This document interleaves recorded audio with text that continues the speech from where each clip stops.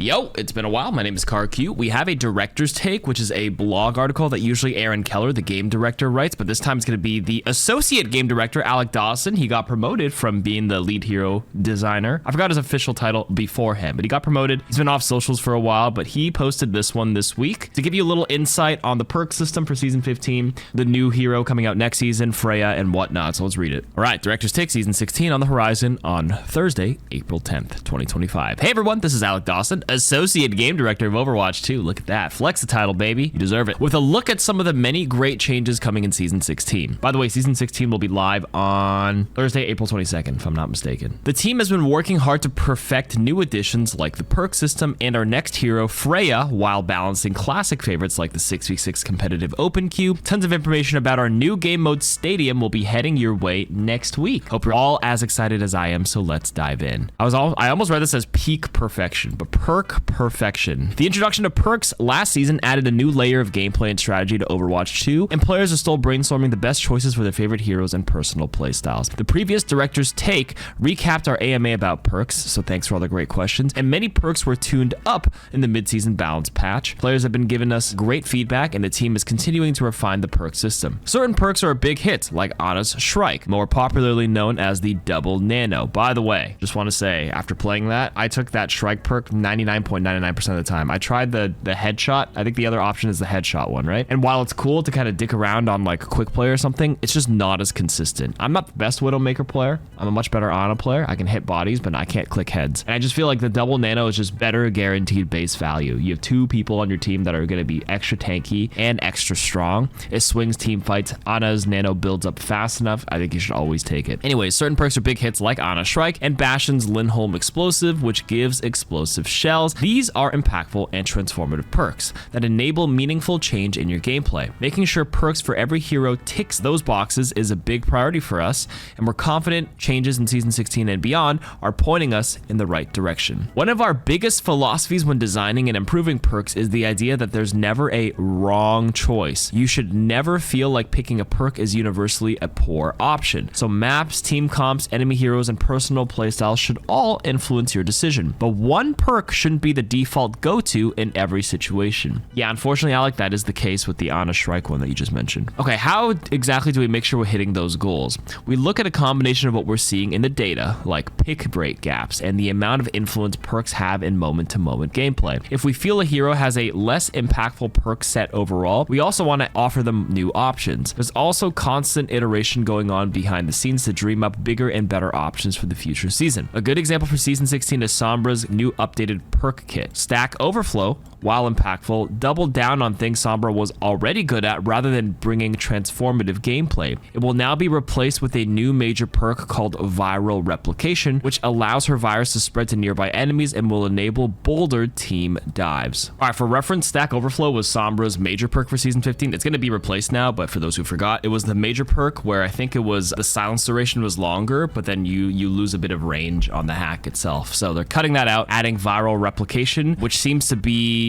one of the major perks, and that means White Hat is the other one that's going to stay as the other major perk, which is the one where you hack allies and heal them. So they're keeping that one while giving her the option for, I guess, more potent DPS with the virus spread. Mercy's previous minor perk, Angelic Recovery, felt passive. Angelic Recovery is Mercy receives 15 HP per second while her staff is already attached to a full health ally. So Alex says it felt passive, so we wanted to add something more active that brings a strategy into the mix. So enter Angelic Resurrection, which will give 100 overhealth upon casting Resurrect. Players ought to judge if the risk of saving a teammate behind enemy lines is worth the reward of enhanced survivability. Okay, so I guess Angelic Recovery's gone. Angelic Resurrection gives you a little, like if you're flying in with whatever your base HP, you get that instant 100 green overhealth to like ensure your res pops off, which is really good, I think, in team fights where if you think like they're a little risky. But I think her other minor perk, which is called Winged Reach, which is Guardian's Angel range is increased by 30%. That one feels more useful in most cases,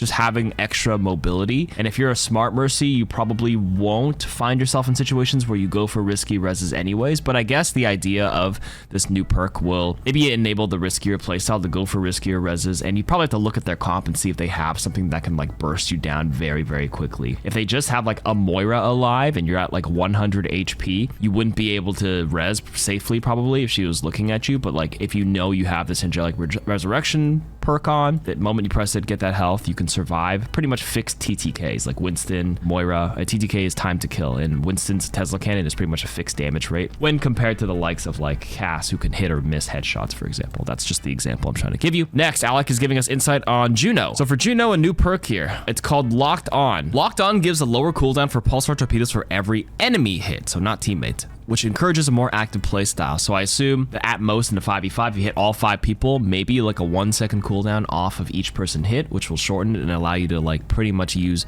back-to-back torpedoes. That seems like a really good perk. While reboots perform better after recent adjustment, it will replace the less picked Hyper Boost as a minor perk. So in short, Hyper Boost was actually the minor perk where if you use the glide boost and you run through the hyper ring, it'll like push you forward. Reboots was the major perk where activating the glide boost resets your double jump. So this is the major perk previously. This will be moved to the minor perk, and then like it'll open up an empty slot, and that's where Juno's new locked on torpedo will replace it. So I think that's what they're doing here. Interesting. Okay. Alex says, while we try not to nerf perks too often, some options clearly need tuning heading into season 16. So sorry, triple blink tracer fans. We think there's a good bar for the impact perks can have, but some may have gone a bit past that line and need to be dialed back. Yeah, that perk for Tracer probably getting a nerf here. This is what Alec is alluding to. Players have also responded well to perks that bring back old components of a hero's kit like Orisa's Protective Barrier and Hanzo's Scatter Arrow. We can't give away all the changes here, but another classic will be reintroduced in a different, less overwhelming way as a major perk for a certain icy DPS hero. Okay, I assume Mei is getting some sort of freeze back, or maybe it's that whole like enough with the primary to mark them and then pop them. That was like a change they added in season 4, like 2023 April or May or something like that. It only lasted like 1 season and people did not like it. And if you don't remember, you played Overwatch too late or you weren't playing during that time, I think you have to have like enough freeze ticks on them. I think if you freeze them with your primary for like 1.5 seconds, they'll like glow blue, and then you have to shoot your icicle, and if you hit them, it'll do bonus damage popping the mark. That's probably coming back if I had to guess. On the win with Freya. A few weekends ago, Freya swooped in for her hero trial. Her sky-high ceiling and swift movement abilities ended up being a big hit with our players. Her trial numbers were comparable to Venture's popular test weekend. If she hasn't wrapped you up with her bola shots just yet, you'll have your chance to dive in once season 16 launches. Though we don't balance around quick play data, it gives us valuable information about new heroes during their trials. And Freya was a bit lower on the win rate side throughout her test weekend, approximately 43% win rate. That's really poor, and she will be receiving a few light buffs before her debut. And I would say it's good you don't want to truly hard balance around a weekend. You have 3 days to try to learn a brand new hero, an aim intensive hero like Freya. She's not going to be someone that has a very low floor. She has a lot of finesse and aim, and people didn't really understand her style that quick in. So like I already knew her win rate was going to be bad, but 43% is a little rough. So I think some light buffs are fine, but you have to be careful here, Blizzard. Although I will say my first impressions, even after playing her for like 15 games, and even watching top players play her, she didn't feel too overwhelming, even with great players who knew how to like aim and were very intuitive and knew how to play her, I would say arguably pretty well, pretty early, because they're just naturally good DPS players. Yeah, none of them were just like, yeah, this hero's OP. She's just whatever. So light buffs, I'm okay with that. Despite her explosive damage, Freya occasionally struggled to secure kills, so we've improved the reliability of her kit to finish the job. So now her Rev Draw crossbow will now shoot 12 shots before the max spread, increased from its original 8 shots. Bola's shot damage, that's her ultimate, over time is now increased as well as its max radius, giving her ultimate more oomph. You'll also see some quality of life changes, like the option to bind her quick dash to a double jump input. So overall, we want Freya to be in a comfortable place on launch, knowing players will get better with her kit over time, and we're really happy with where she is now. All right, good thing you pointed that out. I was hoping you wouldn't forget that. Finally, 6v6 thriving. So the hottest topic over the past few months has been the return of the 6v6 game modes, and it's clear that many of you are passionate passionate about the option to dive in with the bonus player. So good thing for the 6v6 enthusiasts. We will be continuing to run the open queue with the 2-tank limit in both quick play and competitive through Season 16. Competitive 6v6 open queue was the third most popular mode in Overwatch 2 during Season 15 according to time played, until it was usurped by the totally normal watch April Fool's mode. Googly eyes may reign supreme, but 6v6 modes are holding their own, as are standard 5v5 modes. This seems like the word I would use when I used to write essays in university, where I would just right click on Microsoft Word and look for a synonym to like make me sound more sophisticated. On average, there's the 3-to-1 ratio of players choosing competitive 5v5 over competitive 6v6, but respectively. But the 6v6 population has remained steady, so still 3-to-1. We were curious how the 2-tank limit would pan out, but most games landed on the classic 2-2-2, 2-tank, 2 DPS, 2 support setup. Tank players in 6v6 clearly enjoyed having another tank buddy in their corner, and no matter which role they choose, players are loving the shorter queue times and the ability to swap roles within a match. There's also a heightened sense of chaos that some folks just can't get enough of. So queue times across the game have remained healthy, and data from Season 16 should give us a better sense of how 5v5 role queue and 6v6 open queue can coexist in the long term. So now you want to stay tuned for more information over the next few weeks as we gear up for Season 16. See you on the servers. Season 16, once again, is going to be on Tuesday, April 22nd. That's about a little under 2 weeks away. Good director's take. There's some insight. Let me know what you guys think. If you're excited, hit me with a thumbs up. If you hate this game and you want to just, suck off Marvel Rivals, do it at youtube.com/KarQ Marvel Rivals. Do it over there, please, and watch my videos there. Bye.